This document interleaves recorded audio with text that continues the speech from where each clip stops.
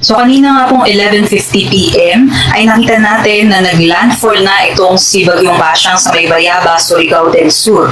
At sa kasalukuyan nga, ito ay nasa may vicinity na ng Cabadbaran City, Agusan del Norte at bahagya pong humina habang ito po'y tumatawid dito sa may landmass ng Mindanao. So may taglay na po ito na hangin na aabot sa 65 kilometers per hour at may pagbuso pa rin na aabot sa 90 kilometers per hour. Sa kasalukuyan, west-northwestward po ang movement itong si Bagyong Basyang sa bilis na 25 kilometers per hour. At sa nakikita nga po natin sa ating latest satellite imagery ay malawak nga po yung mga kaulapan or yung mga outer rain bands nitong si Bagyong Basyang. So hindi lamang po Visayas at Mindanao area yung maaapektuhan nitong si Bagyong Basyang. Meron din po mga dalang pag-ulan si Bagyong Basyang sa may Bicol region and also some parts din po ng Mimaropa area.